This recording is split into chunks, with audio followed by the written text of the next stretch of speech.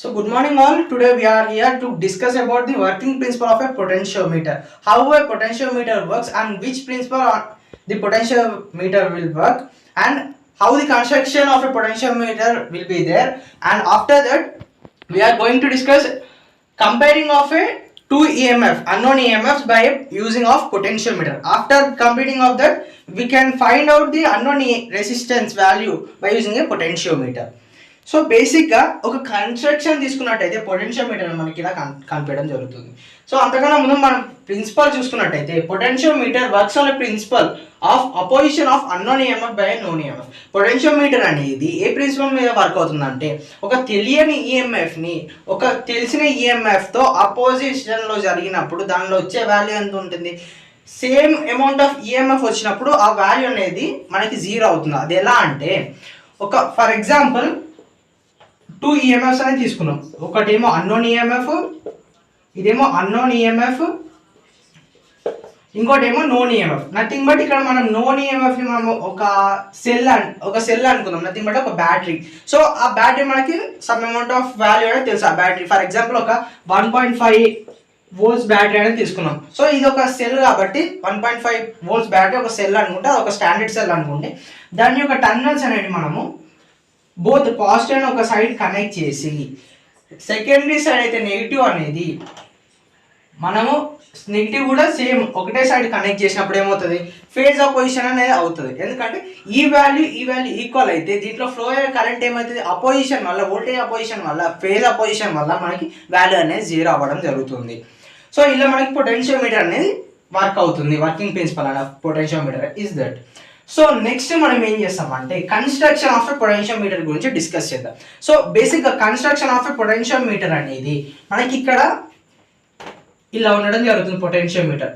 So ఈ potentiometer ఏంటి, పొటెన్షియోమీటర్లో బేసిక్గా మనము ఒక సప్లై ఇస్తాం, నథింగ్ బట్ వోల్టేజ్ సప్లై ఇస్తాం. ఆ వోల్టేజ్ సప్లై పాజిటివ్ టర్మినల్ ఏదైతే ఉందో అది ఒక టర్మినల్ ఏ, నథింగ్ బట్ ఇది ఒక వైర్ అనుకుంటే, ఇది ఒక పెద్ద వైర్ అనుకుంటే, ఫర్ ఎగ్జాంపుల్ ఒక లెంత్ ఆఫ్ 1 మీటర్ ఒక వైర్ తీసుకున్నాం. ఆ వైర్కి positive terminal of battery connect చేస్తాం సప్లై. ఆ నెగిటివ్ టర్మినల్ ఏదైతే ఉందో ఆ నెగిటివ్ టర్మినల్ అనేది through a switch and through a series resistance, variable series రెసిస్టెన్స్తో మనం బ్యాటరీకి నెగిటివ్ టర్మినల్కి కనెక్ట్ చేయడం జరుగుతుంది. ఇది బేసిక్గా మనకి పొటెన్షియోమీటర్ అనేది ఉంది. సో ఇలా మనం కన్ఫ్యూజ్ అవుతాం కాబట్టి మనం ఇంకొకలాగా డిజైన్ చేద్దాం సర్క్యూట్ని. సో బేసిక్గా మనకి ఏముంది, వోల్టేజ్ ఉంది. సో వోల్టేజ్ అనేది వేసుకున్నాం, వోల్టేజ్ పాజిటివ్ టర్మినల్ అనేది మనకి ఎక్కడ కనెక్ట్ అయింది, టర్మినల్ ఏ. సో ఒక పాయింట్ అనేది ఇక్కడ తీసుకొని ఇది ఒక పాయింట్ ఏ అనుకుంటే, ఇక్కడ నుంచి మనం ఏమనుకున్నాం, ఇది మొత్తం ఒక వైర్, ఈ టోటల్ అనేది ఒక వైర్. సో ఆ వైర్ని మనం ఇట్లా షేప్స్ అనేది లేకుండా స్ట్రైట్ వైర్ లాగా తీసుకుందాం, స్ట్రైట్ లైన్లో ఒక వైర్ తీసుకుందాం. సో ఏ నుంచి బికి వైర్ అనేది కనెక్ట్ అయింది. సో ఏ టు బి అనేది వైర్ కనెక్ట్ అయింది, A to be wire connect అయింది. సో నెక్స్ట్ బి నుంచి టర్మినల్ మనకి సిరీస్ రెసిస్టెన్స్ పోతుంది. సో సిరీస్ రెసిస్టెన్స్ అంటే nothing but voltage negative terminal అనేది రెసిస్టెన్స్ పోయింది. సో వోల్టేజ్ నెగిటివ్ టర్మినల్ అనేది ఒక సిరీస్ రెసిస్టెన్స్కి తీసుకున్నట్టయితే, ఫర్ ఎగ్జాంపుల్ ఇది ఒక వేరియబుల్ రెసిస్టర్ అనుకున్నాం కాబట్టి, ఫర్ ఎగ్జాంపుల్ ఈ పాయింట్ దగ్గర తీసుకొని బికి జాయిన్ చేసుకున్నాం. ఈ point B and series resistance, variable series resistance or variable resistance. So ఇది బేసిక్గా మనకు పొటెన్షియోమీటర్ అనేది ఇలా మనకు కనిపించడం జరుగుతుంది. సో ఇది వోల్టేజ్ సప్లై. ఈ పొటెన్షియోమీటర్కి మనం ఏం చేస్తామంటే ఒక joint, nothing but moving contact అనేది జాయిన్ చేస్తాం. సో ఒక మూవింగ్ కాంటాక్ట్ అనేది ఇలా పాయింట్ అనేది నథింగ్ బట్ మూవింగ్ కాంటాక్ట్ జే అనుకుంటే, సో ఇంకోటి ఏంటంటే మనకి ఇందాక చెప్పినట్టే పాజిటివ్ టర్మినల్, 2 పాజిటివ్ టర్మినల్స్ అనేవి మనం పాజిటివ్కి కనెక్ట్ చేస్తాం. ఎందుకంటే ఫేజ్ అపోజిషన్లోనే మనకి పొటెన్షియోమీటర్ వర్క్ అవుతుంది. సో ఇక్కడ ఏం చేస్తామంటే ఈ పాయింట్ ఏదైతే పాజిటివ్ టర్మినల్ ఉందో ఆ పాయింట్ ఏని ఎక్స్టెండ్ చేసుకొని ఒకటేమో అన్నోన్ ఈఎంఎఫ్, ఇంకోటేమో standard cell. Unknown EMF positive negative. ఈ అన్నోన్ ఈఎంఎఫ్ అనేది త్రూ ఏ స్విచ్, ఒక స్విచ్ ఇక్కడ తీసుకున్నట్టయితే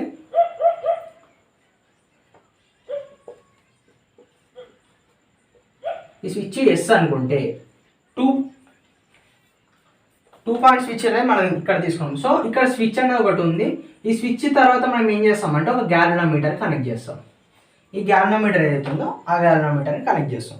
సో ఇక్కడ మళ్ళీ ఏం చేస్తామంటే ఈ గ్యాల్వనోమీటర్ త్రూ ఏ స్విచ్ కే మళ్ళా ఏదైతే మనం ఇక్కడ స్విచ్ అని డిసైడ్ చేసామో, ఇక్కడ మనం ఏదైతే స్విచ్ అనుకున్నామో ఆ స్విచ్ అనేది నథింగ్ బట్ ఈ స్విచ్ అనేది కే అనుకుంటే ఆ కే అనేది ఇక్కడ పెట్టుకొని ఈ మూవింగ్ కాంటాక్ట్కి జాయిన్ చేయడానికి మనం ఇది ఇలా యూజ్ చేస్తాం. సో కంపేరింగ్ అనేది ఎలా జరుగుతుందంటే సో బేసిక్గా మనకి ఇక్కడ తెలుసు వోల్టేజ్ ఉంది, ఇక్కడ రెసిస్టెన్స్ ఉంది. సో వేరియబుల్ రెసిస్టెన్స్ ఎందుకు యూజ్ చేస్తున్నాం అంటే ఇక్కడ variable resistance nothing but voltage ఉంది, త్రూ ఏ రెసిస్టెన్స్ కరెంట్ అనేది పాస్ అయినప్పుడు త్రూ ఏ రెసిస్టెన్స్ వోల్టేజ్ అనేది పాస్ అయినప్పుడు ఏమవుతుంది, అక్కడ సమ్ అమౌంట్ ఆఫ్ కరెంట్ అనేది ప్రొడ్యూస్ అవ్వడం జరుగుతుంది. As we all know that according to Ohm's law V = I × R. Whenever if the current has to be generated, so I = V/R. Whenever a voltage is passing through a resistor, some amount of current will be generated over there. So దాని ప్రకారంగా మనకి some amount of current అనేది ఇక్కడ generate అవుతుంది సర్క్యూట్లో. So ఆ current అనేది ఎలా ఫ్లో అవుతుంది, సో కరెంట్ అనేది ఈ డైరెక్షన్ ఫ్లో అవుతుంది, ఈ డైరెక్షన్ త్రూ ఏ పాయింట్ నుంచి B point through variable resistance మళ్ళీ వోల్టేజ్కి రావడం జరుగుతుంది కరెంట్ అనేది. సో ఇక్కడ ఏం చేస్తామంటే ఇప్పుడు కంపేరింగ్ ఆఫ్ 2 EMF. సో ఒకటేమో అన్నోన్ ఈఎంఎఫ్, ఇంకోటేమో మనకు తెలిసిన ఈఎంఎఫ్ అనేది పెట్టి దాని రెండింటి మధ్యలో డిఫరెన్స్ ఎంత ఉందో మనం ఇక్కడ ఫైండ్ అవుట్ చేస్తున్నాం. సో అందుకోసం అని ఫస్ట్ మనం ఏం చేస్తున్నాం అంటే త్రూ ఏ స్విచ్ ఫస్ట్ ఈ అన్నోన్ ఈఎంఎఫ్ ఏదైతే ఉందో అన్నోన్ ఈఎంఎఫ్ని మనం మన సర్క్యూట్లో కనెక్ట్ చేస్తాం. త్రూ ఏ స్విచ్ మన సర్క్యూట్ అనేది క్లోజ్ చేస్తాం. సర్క్యూట్ క్లోజ్ చేసినప్పుడు ఈ టోటల్ సర్క్యూట్ అనేది ఫర్ ఎగ్జాంపుల్ ఇక్కడ మనకి కరెంట్ అనేది పోతుంది, I అనే కరెంట్ అనేది ఎలా పోతుంది, కరెంట్ అనేది మనకు తెలుసు ప్యారలల్ పార్ట్స్లో కరెంట్ అనేది డివైడ్ అవుతుంది, వోల్టేజ్ అనేది సేమ్ ఉంటుంది బట్ కరెంట్ అనేది డివైడ్ అవుతుంది. సో అలాంటప్పుడు ఏమవుతుంది, ఈ కరెంట్ అనేది ఈ డైరెక్షన్లో మూవ్ అవుతుంది, ఈ డైరెక్షన్లో మూవ్ అవుతుంది. ఓకే, సో నెక్స్ట్ ఏంటంటే మనం ఈ మూవింగ్ కాంటాక్ట్ ఏది ఉందో ఆ మూవింగ్ కాంటాక్ట్ని ఒక పాయింట్ దగ్గర నుంచి సైడ్ స్లోగా మూవ్ చేస్తాం. స్లోగా మూవ్ చేస్తున్నప్పుడు ఎక్కడైతే మన గ్యాల్వనోమీటర్ 0 డిఫ్లెక్షన్స్ చూపిస్తుందో ఆ వాల్యూని మనం తీసుకుంటాం. సో ఎందుకు తీసుకోవాలి, 0 డిఫ్లెక్షన్స్ దగ్గర ఎందుకు తీసుకోవాలి, ఇందాక మనం చెప్పుకున్నట్టే మనకి ఎప్పుడైతే మనకి ఫేజ్ అనేది అపోజిషన్లో ఎప్పుడైతే మనకి E1 వాల్యూ E2 వాల్యూ అనేది ఈక్వల్గా వస్తుందో అప్పుడు మనకి ఈ సర్క్యూట్లో కరెంట్ అనేది 0, కరెంట్ అనేది ఫ్లో కాదు అని మనకు తెలుసు. సో అలాంటి ప్లేస్లో మాత్రమే కరెంట్ అనేది 0 అవుతుంది. సో అలాంటి ప్లేస్లో మనకి ఈ వోల్టేజ్ అండ్ ఈ వోల్టేజ్ అనేది ఈక్వల్ అని తెలుస్తుంది. సో అందుకోసం అని మనం మూవింగ్ కాంటాక్ట్ మూవ్ చేసినప్పుడు మనకి కరెంట్ వాల్యూ ఎక్కడైతే గ్యాల్వనోమీటర్ డిఫ్లెక్షన్స్ ఎక్కడైతే మనకి 0 చూపిస్తుందో ఆ వాల్యూని మనం తీసుకుంటాం. సో ఆ వాల్యూ ఏది, ఫర్ ఎగ్జాంపుల్ ఇక్కడ ఈఎంఎఫ్ E1 అనుకుంటే E1 = మనకి వోల్టేజ్ అని కాన్స్టాంట్ పెట్టుకుంటాం. సో వోల్టేజ్ కాన్స్టాంట్ కాబట్టి V0 అని రాసుకుందాం, V0. సో ఫస్ట్ దాంట్లో మనకి కరెంట్ ఫర్ ఎగ్జాంపుల్ ఈ ప్లేస్లో ఉన్నప్పుడు మనకి కరెంట్ డిఫ్లెక్షన్స్ అనేది గ్యాల్వనోమీటర్ డిఫ్లెక్షన్స్ అనేది 0 వచ్చింది. సో సెకండ్ టైం మనకి స్టాండర్డ్ సెల్ కనెక్ట్ చేసినప్పుడు సేమ్ ఇదే ప్లేస్లో రావాలని లేదు కదా. ఇక్కడ ఫర్ ఎగ్జాంపుల్ ఈ స్టాండర్డ్ సెల్ కనెక్ట్ చేసినప్పుడు మనకి ఈ పాయింట్ దగ్గర కరెంట్ 0 రావచ్చు and nothing but galvanometer reflections ఈ ప్లేస్లో ఉన్నప్పుడు 0 చూపించచ్చు. సో అందుకోసం కరెంట్ వాల్యూ అనేది డిఫరెంట్ ఉంటుంది కాబట్టి మనము కరెంట్ అనేది డిఫరెంట్గా రాసుకున్నాం. E1 = V0 × I1. So let it be equation 1. So ఇది మనకి first point. So first EMF వచ్చింది. సో అలానే మనం సెకండ్ ఈఎంఎఫ్ కూడా ఫైండ్ అవుట్ చేయాలి కదా. సో ఇప్పుడు ఏం చేస్తామంటే ఈ కాంటాక్ట్ ఏదైతే ఉందో స్విచ్ అనేది ఈ అన్నోన్ ఈఎంఎఫ్ నుంచి స్టాండర్డ్ సెల్కి కనెక్ట్ చేసుకుంటాం. స్టాండర్డ్ సెల్కి కనెక్ట్ చేసుకున్నప్పుడు ఏమవుతుంది, ఈ స్టాండర్డ్ సెల్ మనకి ఎగ్జాంపుల్ ఎంత తీసుకున్నాం, 1.5 volts అనేది తీసుకున్నాం. సో ఎందుకంటే మనకి స్టాండర్డ్ సెల్లో మనకి సర్టెన్ వాల్యూ అనేది తెలిసి ఉంటుంది. సో ఆ స్టాండర్డ్ సెల్ అనేది తెలిసిన ఈఎంఎఫ్ ఉన్న నథింగ్ బట్ తెలిసిన వాల్యూ ఉన్న సప్లైని మాత్రం మనం స్టాండర్డ్ అనే వాల్యూ అనేది తీసుకుంటాం. సో అందుకోసమనే మనం ఏం చేస్తాం, 1.5 ఫర్ ఎగ్జాంపుల్ తీసుకున్నాం. 1.5 తీసుకున్నప్పుడు కరెంట్ అనేది ఇందాక డిస్కస్ చేసినట్టే ప్యారలల్ పాత్లో కరెంట్ డివైడ్ అవుతుంది. సో ఇక్కడ మనకి ఓపెన్ సర్క్యూట్ ఉంది కాబట్టి కరెంట్ వాల్యూ ఏమవుతుంది, కరెంట్ వాల్యూ 0 అవుతుంది. సో ఈ సర్క్యూట్లో మనకి కరెంట్ అనేది ఫ్లో అవ్వాలి. సో మనకి ఏమవుతుంది, కరెంట్ అనేది ఈ సర్క్యూట్ నుంచి ఇట్లా ఫ్లో అవుతుంది అండ్ ఇక్కడ నుంచి కూడా కరెంట్ అనేది ఫ్లో అవుతుంది. సో ఎక్కడైతే మనకి గ్యాల్వనోమీటర్ మళ్ళీ ఈ మూవింగ్ కాంటాక్ట్ మూవ్ అవుతుంది. ఫర్ ఎగ్జాంపుల్ ఈ సర్టెన్ ప్లేస్లోకి వచ్చినప్పుడు ఈ గ్యాల్వనోమీటర్ నథింగ్ బట్ ఈ మూవింగ్ కాంటాక్ట్ అని ఈ ప్లేస్లో వచ్చినప్పుడు మన కరెంట్ వాల్యూ గ్యాల్వనోమీటర్ డిఫ్లెక్షన్స్ అనేది 0 చూపించింది. సో అలాంటి ప్లేస్లో మాత్రం మన కరెంట్ వాల్యూ మనం నోట్ చేసుకోవడం జరుగుతుంది. సో మనకి ఈ ప్లేస్లో మనకి కరెంట్ వాల్యూ 0 వచ్చింది. సో అప్పుడు ఏం రాసుకుంటాం, E2 ఈక్వల్ టు వోల్టేజ్ అనేది సేమ్ పెట్టుకున్నాం, బట్ కరెంట్ యొక్క డిఫ్లెక్షన్ యొక్క డిస్టెన్స్ అనేది మనకి డిఫరెంట్ ఉంది. So V0 into I2, V0 into I2, let it be equation 2. So మనం ఏమనుకున్నాం, అసలు ఎందుకు తీసుకుంటున్నాం, ఈ రెండింటి ఈఎంఎఫ్ అన్నోన్ ఈఎంఎఫ్కి స్టాండర్డ్ ఈఎంఎఫ్కి మనం డిఫరెన్స్ E1కి E2కి రేషియో కంపేరింగ్ చేయడానికి మాత్రమే ఈ వాల్యూస్ అనేది తీసుకుంటున్నాం. సో మనం ఇప్పుడు ఏం చేయాలి, కంపేర్ చేయాలంటే ఏం చేయాలి, E1/E2 చేయాలి.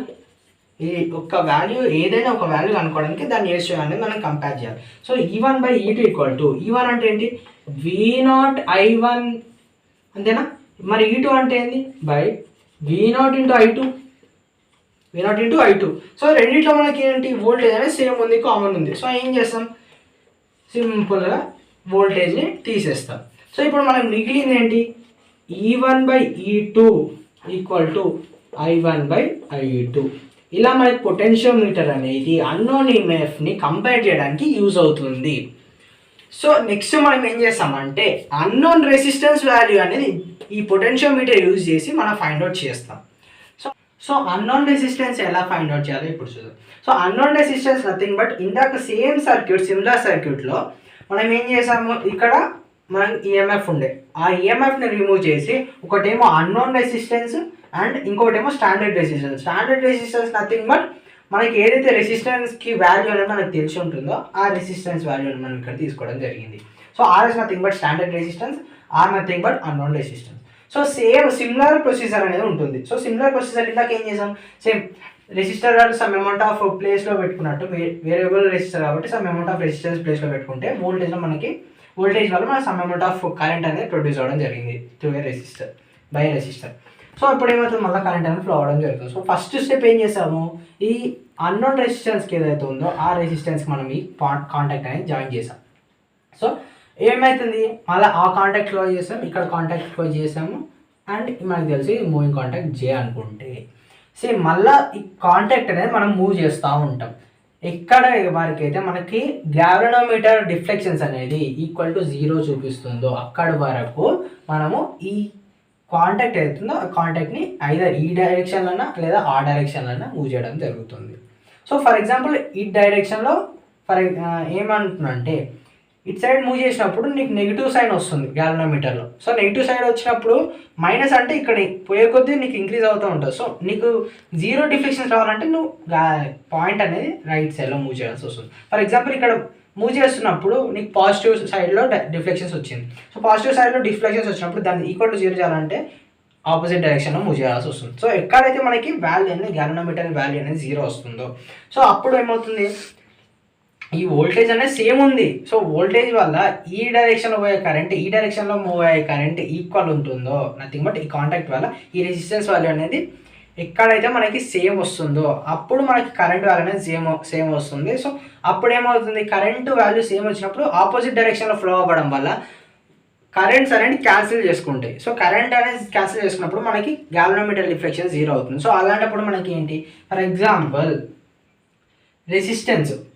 రెసిస్టెన్స్ ఆర్ ఈక్వల్ టు మనకు తెలుసు రెసిస్టెన్స్ కావాలంటే బై యూజింగ్ ఆఫ్ ఓమ్స్లో ఆర్ ఈక్వల్ టు V/I,